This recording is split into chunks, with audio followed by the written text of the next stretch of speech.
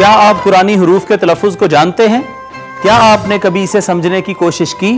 बुनियादी कुरानी अरबी ग्रामर से वाकिफ हैं? क्या आप कुरान पाक का तर्जुमा कर सकते हैं? कुरान पाक की तफसीर और उसूल तफसीर को जानते हैं? जी हाँ, हम ला रहे हैं आपके लिए इरफानुल कुरान कोर्स के नाम से हुजूर नबी अकरम सल्लल्लाहु ताला अलैहि वसल्लम की उम्र पाक की मुनासबत से 63 लेक्चर्स पर मुश्तमिल एक ऐसा प्रोग्राम जिसमें आप सीख सकेंगे तजवीद किरात, अमली मश्क, तफसीर व उसूल तफसीर, बुनियादी अरबी ग्रामर, अहादीस नबवी और कुरानी व नबवी दुआएं।